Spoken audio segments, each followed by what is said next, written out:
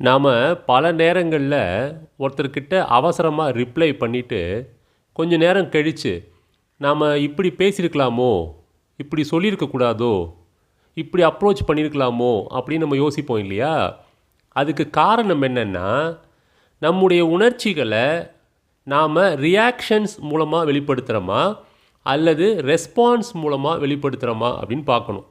இப்போது யாராவது ஒருத்தர் நம்மக்கிட்ட கோபமாக பேசுகிறாங்க அல்லது திட்டிடுறாங்க அல்லது பாராட்டுறாங்க அப்படின்னு வச்சுக்கோங்க.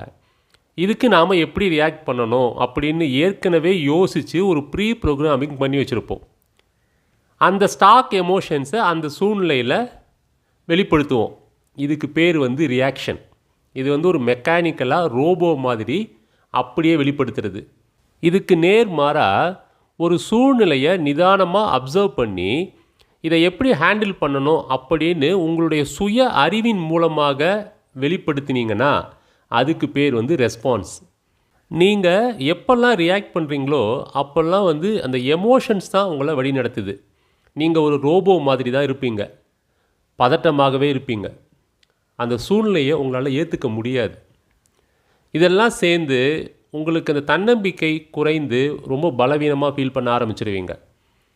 அதுவே நீங்கள் ரெஸ்பாண்ட் பண்ண ஆரம்பிச்சிங்கன்னா உங்களுடைய சுய சிந்தனையும் சுய அறிவும் வளரும். நிதானமாக இருப்பீங்க. அதே நேரத்தில் அந்த சூழ்நிலையை எப்படி ஹேண்டில் பண்ணணும் அப்படிங்கிற வித்தை உங்களுக்கு தெரிய ஆரம்பிச்சிடும்.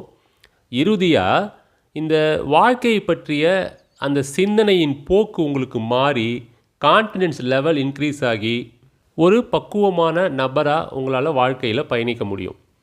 அதனால் உங்களுடைய உணர்ச்சிகளை ரியாக்ஷன்ஸ் மூலமாக வெளிப்படுத்த போகிறீங்களா அல்லது ரெஸ்பான்ஸ் பண்ணுறது மூலமாக வெளிப்படுத்த போகிறீங்களா அப்படின்னு முடிவு பண்ணிக்க வேண்டியது உங்களுடைய தனிப்பட்ட பொறுப்பு.